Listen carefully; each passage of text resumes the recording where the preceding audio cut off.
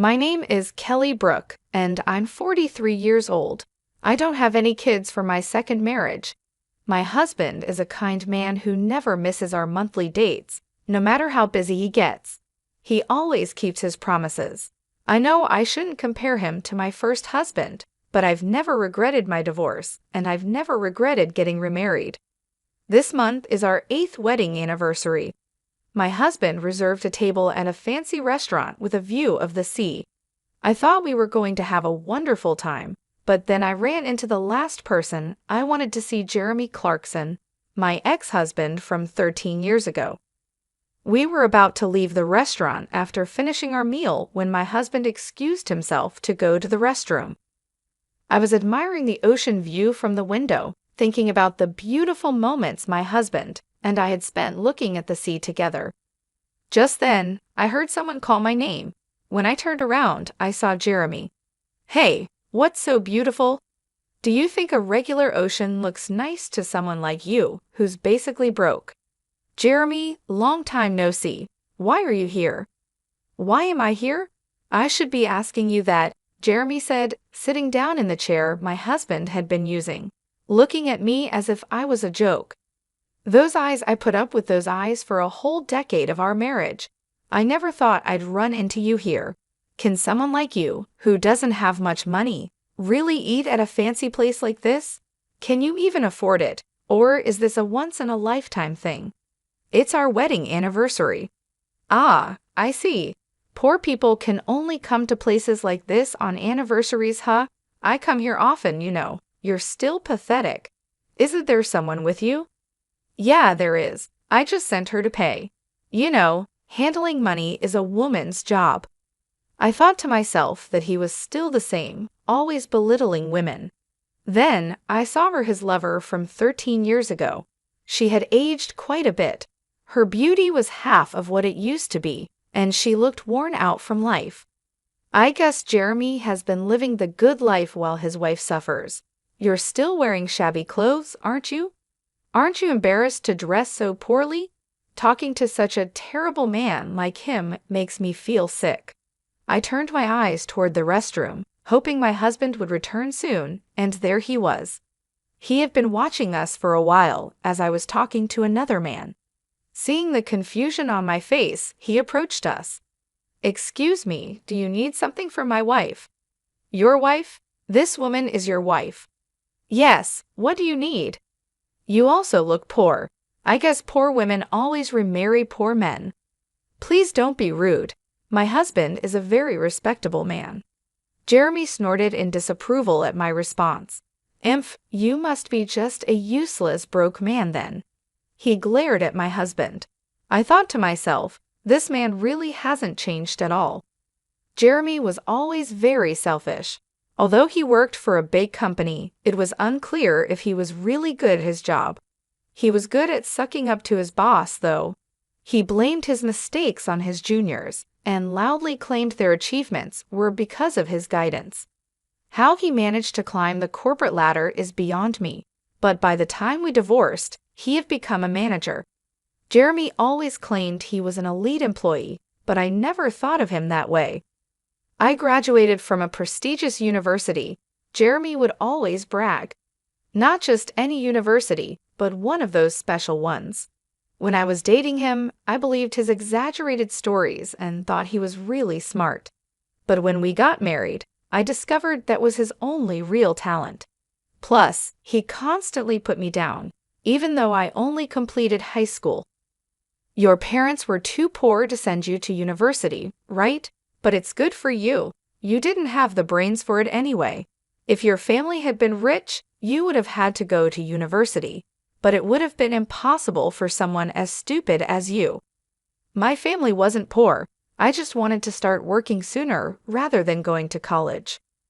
Ah, enough with the excuses. You can't stop making excuses, can you?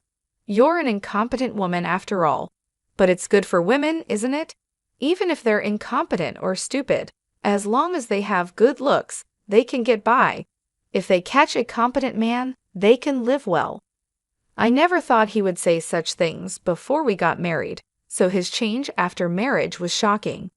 Plus, his parents weren't wealthy landowners. His father was just a director, yet he still looked down on anyone he thought was poor.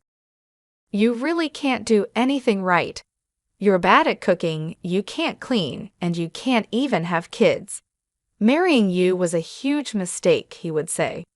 It wasn't a physical issue that stopped me from having kids. It was the stress caused by Jeremy. My family always valued being careful with money and appreciating what we had. But when I cooked with radish leaves to save money, he yelled, "Are you trying to feed me trash?" and threw them in the garbage. It made me realize just how different we were. One day, he told me he had a lover. The woman was much younger than he was. He pushed for a divorce, saying it was better for him to remarry a younger woman. I was glad to divorce such a man, so I signed the papers. "Who is this man, Kelly?" my husband asked. "He's my ex-husband, Jeremy Clarkson." "Oh, I see." I had already told my husband about everything Jeremy had said and done to me. It had been a painful 13 years, and I had shared it all with tears. My husband just listened quietly and finally said, "Let's be happy from now on." "You really dared to marry a woman like her? Since you're marrying someone from a poor family, you must be broke too," Jeremy sneered. "Well, maybe, maybe not." "Of course you are. So you're also a broke man, huh? Marrying a poor person means you're broke too, am I right? But why did you divorce such a wonderful person?" "Wonderful? Your eyes must be fooling you. Truly wonderful means having a beautiful wife like mine." He pointed to his wife, who stood there looking embarrassed. "Is that woman your wife?" "Yes, she's beautiful, isn't she? She's actually my boss's daughter." Marrying the boss's daughter definitely helps one climb the career ladder faster. Marrying a broke woman like you probably means you're just a regular employee. Too bad. "A regular employee? I haven't heard that in years," I said. "What are you trying to prove? A low-class guy marrying a low-class woman? It just means you'll both be broke for the rest of your lives. And you think you deserve to eat in a fancy restaurant like this?" "This level of restaurant isn't a problem for us," my husband calmly replied. "Yeah, sure, if that's what you think," Jeremy scoffed. Just then, a waiter passed by, and my husband pulled out a black card, instructing him to settle the bill. Jeremy was surprised by the card, but tried to hide it, snorting again. "Is that a black card? Showing off a card like that here? You're not used to it, are you? You must have borrowed it from someone." Flashing the card around, "But later you'll have to pay back the person who lent it to you, right? I bet you're scared to spend money in a place like this. It's all just an act." Funny thing to say. Who would lend their card, I wonder? No matter how naive someone is. "They wouldn't lend out a card like this," my husband replied. "How would you know that, Jeremy? You shouldn't say such insulting things," I added. "What's insulting? I'm just stating the truth. There's no way you could be wealthy if you married a poor woman like her." "My wife is poor, you say?" "Yes, that's right. Her family's place is a rundown, one-floor home. You know that, right? Or maybe you were too embarrassed to visit her home, so you went to a family restaurant instead." Meeting her parents at a family restaurant for a marriage proposal is unheard of, but for poor people like you, it's probably normal. "A family restaurant, huh? The fact that you thought of that means you must have done it yourself, right? If you hadn't experienced it, you wouldn't have thought of it." "What are you talking about? I'm not short on money. I wouldn't do something so cheap." "Yet you came up with it. I never would have thought of that," my husband said, then turned to me. "Right, Kelly? What about you?" "Well, I think I'd like to go to a family restaurant occasionally, but we rarely get the chance," I replied. "Exactly, you're lying. When you were with me, you were happy to go to family restaurants." "That's because I had never really been to one before." "Oh, I bet. You sure talk big now, coming to a fancy restaurant like this, acting all important." "Maybe that's you. It seems like you don't fit in this kind of place." "What? You think I don't fit in here? There's no way I'm out of place. You're the one who doesn't belong here. Do you even know who I am?" Why would I know you? If you want me to remember you, just become famous, my husband replied calmly. I am well known, but I guess it's impossible for someone like you to know me. You think I'm just a regular employee? I'm a manager, not just an employee. A manager, huh? Is that supposed to be impressive? Just then, the chauffeur arrived, greeted my husband politely, and said, Sir, your car is ready. Thank you. Jeremy looked confused. What's going on? Oh, you're probably just the president of some small company. I work for a major corporation, the Brook Group, and I'm a manager there. Oh, so you're still just a manager. Excuse me, you think you're important, but staying as a manager at your age won't get you far. What? This man works at our company? Yes, he's been with us for a long time. What do you mean our company? You're just an office lady from a small business. That's right, but I don't have kids or any reason to quit my job. So you can't have kids? I knew it. Something's wrong with you. Hey, that's crossing the line. Kelly is perfectly fine, my husband said, standing up for me. If she's fine, why can't she get pregnant? Women are supposed to have kids. I don't need to explain that to you. You can't say it because it would prove something's wrong with her. This man is hopeless, Jeremy said. Yes, he's beyond saving, my husband replied calmly. This man's name is Jeremy Clarkson, right? I understand, he's fired. Kelly, please contact HR. What? What are you saying? You think you can shock me with that? What company's president are you claiming to be? Are you trying to fool me with this obvious act? Are you stupid? Jeremy, my husband, is the president of the Brook Group. What? That can't be true. Jeremy exclaimed, but the driver nodded with a look of pity. Seriously? Is he really our president? Yes, and I am his wife and the vice president of our company. That's ridiculous. How could Kelly from a poor family end up as vice president with just a high school diploma? Those things don't matter. Whether someone graduated from high school or college doesn't determine their worth. That's ridiculous, Jeremy stammered. I will never forgive anyone who insults my wife, my husband said firmly. But there's a union. The union will protect us employees. You're a manager, right? Managers are not union members, so you are not protected by the union. Didn't you know that? Seriously. Well, you better prepare yourself. Since you insulted my wife, you must face the consequences. Jeremy looked stunned, but my husband didn't care and asked me if we should go. We left the table. That night, perhaps bothered by what happened, Jeremy called, but his tone was completely different from his arrogance earlier. Kelly, it's been a while. What do you mean? We already talked this afternoon, Jeremy. Ah yes, what can I do for you? Your dismissal hasn't been processed yet. Ah, you guys were just joking, right? About you being the vice president and your husband being the president? No, it's all true. I'm surprised you don't know who your own company's president and vice president are. But why would you be the vice president? Because the best way I can support my husband is by being in that position. But it's strange. Why would a high school graduate be the vice president? It's not strange at all. I only graduated high school because I wanted to start working early. But after we separated, I earned a college degree. Huh, really? Yes, there are schools you can attend from home. So you really are the president's wife? Yes. How did you manage to marry the president? When did you get married? We got married after I divorced you. I met the president soon after, and we dated for about 5 years before getting married. Married?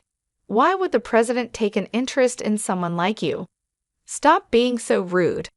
Oh, sorry. Connections are strange, aren't they? I just happened to meet the president. But even so, why would he marry someone broke like you? Is he a philanthropist? No one marries for charity.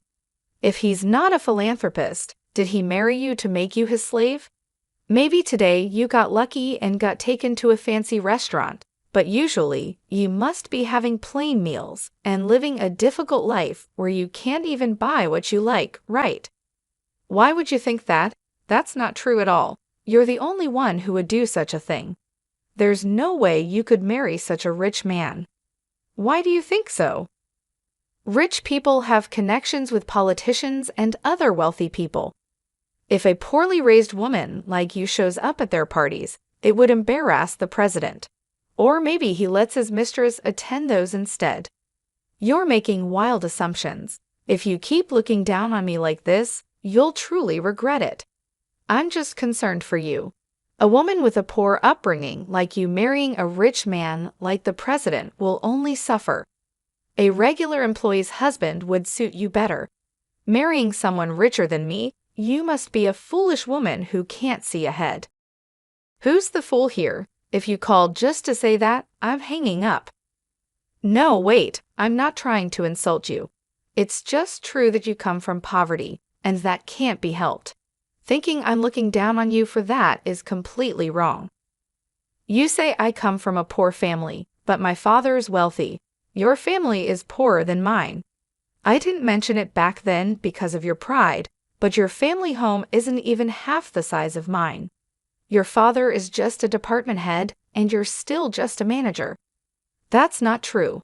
When I proposed to you, you were living in a small single-story house. That was because we were renovating our home at the time. We had stored all our belongings elsewhere, and it was just a temporary residence. There was no need to move to a big house. My mother said so. That can't be true. You don't have to believe it, but since the renovation is finished, even if you say you want to visit my parents' home, you've stubbornly refused to go again. I couldn't tell you the truth. Who would want to visit such a poor, run-down house? You really are hopeless. Then I'll send you a picture. This is my family home. You'll see from the picture. I sent a photo of a large mansion. That's my house. I lived there for a while after our divorce. What? That can't be true. It's true.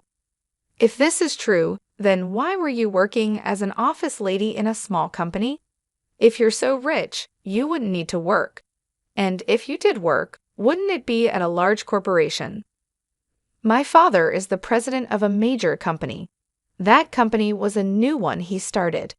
When it was time to decide who would be the president, my brother was chosen for the role, so I volunteered to handle the administrative work. Now, that company has grown to the top of the industry. Is that true? Were you really so rich? Yes, this is the truth. This is the real me, the person you used to look down on. So that's why you could marry the president? That's not it. I met the president because we shared the same hobbies.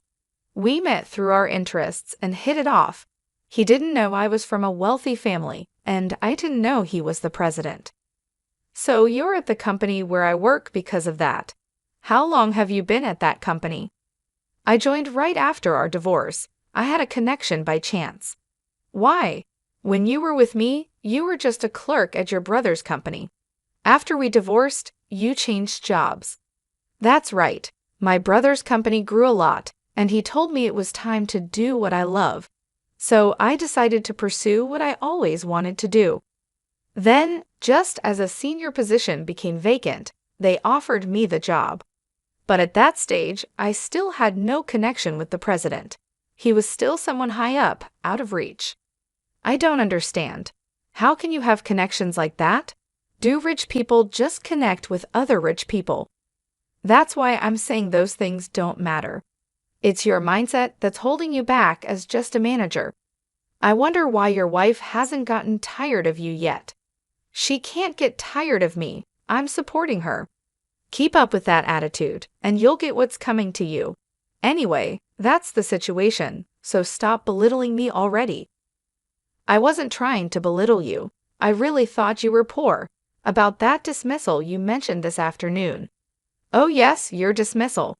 After all the mocking you did, it's only natural you'd be fired. That would put me in a tough spot. Can you talk to the president so I don't get fired? What? You were just mocking me a lot, and now you're asking not to be dismissed? That's impossible. You know I have nothing but resentment towards you.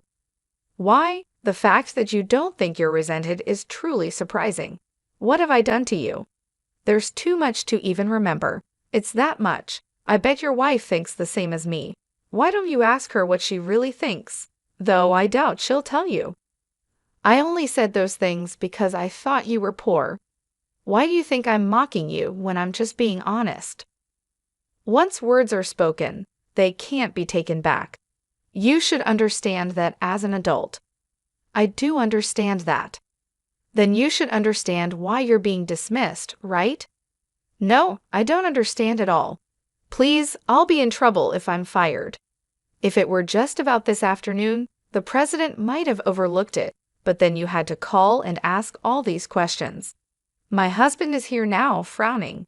He really thinks you're hopeless. Maybe you should just give up. There's no saving you. No, if the president is right there, why can't you just say something? It's only natural for a husband and wife to be together. Besides, you didn't ask if someone was with me, did you? That's true, but you've made things worse for yourself. You mocked not just me, but my parents and my husband too. Look, I didn't think you'd get this angry. Please forgive me. If I had known you were wealthy, I wouldn't have said such mocking things. I won't say them again. Please forgive me. Just give up. I think your dismissal order will come down tomorrow. Wait, please. Jeremy's voice echoed on the other end of the phone, but I hung up and looked at my husband. The next day, Jeremy came to the president's office, looking pale with dark circles under his eyes. He seemed to be in really bad shape. I was in a meeting with my husband, the president, discussing business matters, but I was shocked by Jeremy's appearance. Jeremy, what's wrong? I'm very sorry. Jeremy apologized as he sat down on the spot. Jeremy, what are you doing? Please just don't fire me. What do you mean? My husband, the president, knew about the conversation from the previous day. He had guessed from my responses during the call, and I had told him everything Jeremy said after hanging up. As a result, his impression of Jeremy was very poor, and his anger was even greater than mine. I am truly sorry. I didn't know your wife was from a wealthy family. I think she is a perfect match for the president's wife. I also heard she graduated from university, even if it was through correspondence. She's a hard worker, unlike my own wife. So you decided she wasn't good enough for you and got rid of her, right? Jeremy looked up at the president, wondering how he knew such a thing. Of course, I've told my husband everything. We're married after all. Or do you and your wife not talk about your pasts? No, it's not like that. But that was a long time ago. I was young then. I thought Kelly was just a poor man's daughter, so I thought it was okay to have a mistress. How does it come to that? Is that why you think it's okay to commit sexual harassment or abuse your power? What do you mean? Don't tell me you haven't done it. There are complaints from your female coworkers. They say if our company doesn't handle it, they'll go to the police. Our company was just discussing what to do about it when your disrespectful remarks came yesterday. It's really hopeless, isn't it? That's right. I wouldn't have thought you were actually harassing or bullying, but after seeing you yesterday, it seems all too true. You don't even see women as people, do you? You think they're below you. No, I never. Even if that were true, firing me would be too harsh. Please show some mercy. Well, you do have a family. If you were fired, you wouldn't be the only one in trouble. That's right, exactly. My husband smirked and looked at me. So what do you think, Kelly? How about sending Jeremy to our Michigan? Wait, what? The Michigan is in a region with very few people and is practically unsustainable as a company. The former president, who came from that town, established the branch there to help the local people, but it's a lonely place with just one employee. The previous employee reportedly went mad from the loneliness. We want you to turn that branch around in 5 years. If you can do that, we'll bring you back here. Of course, if you can't, you'll spend your retirement in Michigan. Thank you, I appreciate it. Jeremy said, thinking it was an act of mercy from the president. He set off for the Michigan, but both my husband and I knew it was an impossible task. Working alone for a small number of town residents, it was clear there wouldn't be any profit to be made. Jeremy moved to the branch all motivated, taking his mistress, who had become his wife, with him. But she soon grew unhappy with the cold and isolation, and eventually she reached her limit. Jeremy's salary dropped significantly, and despite being called the branch manager, his pay was minimal. This led to daily arguments with his wife. Although he boasted that if he turned things around in 5 years, he could return to the head office, his city-bred wife didn't believe him. She left divorce papers behind and went back to the city. Jeremy tried his best for a year, but no matter how hard he worked, the population didn't grow, and no profits came. Eventually, he realized that no effort would change anything. In 2 days, he submitted his resignation. After leaving the company, Jeremy contacted his wife, but by then, she had found someone new. Not only was Jeremy ignored by her, but he was also beaten up by her new partner and ended up in the hospital. After being discharged, Jeremy looked for a job, but at his age, he found nothing and life became harder for him. He ended up living in a shabby, run-down apartment, and the only job he could find was as a nighttime store clerk. The man who had once boasted of graduating from a prestigious university now stood alone in a store at night. As for me, I continued to be cared for by my kind husband, enjoying another wonderful date this month. Marrying him changed my life so much, and I'm grateful that Jeremy and I divorced.